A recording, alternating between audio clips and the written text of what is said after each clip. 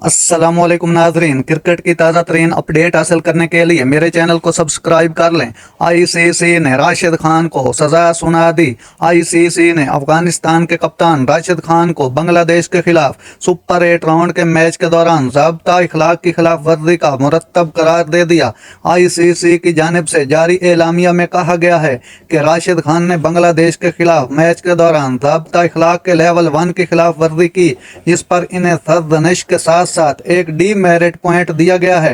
Rashid Khan ICC के ज़ाब्ता इखलाक के article 2 और 9 के खिलाफ वर्जी के मुरतब करार पाए, जिसका ताल्लुक किसी खिलाड़ी के पास या उसके करीब नामुनासिब या खतरनाक अंदाज में गेंद या क्रिकेट का कोई सामान फेंकने से है।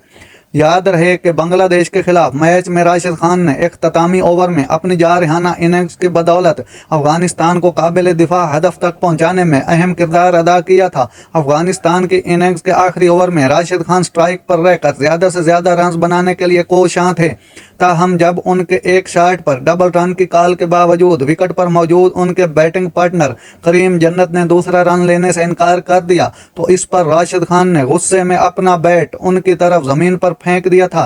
नाज़रीन, ऐसी बार वक्त खबरें सुनने के लिए मेरे चैनल को सब्सक्राइब कर लें। अल्लाह हाफिज़।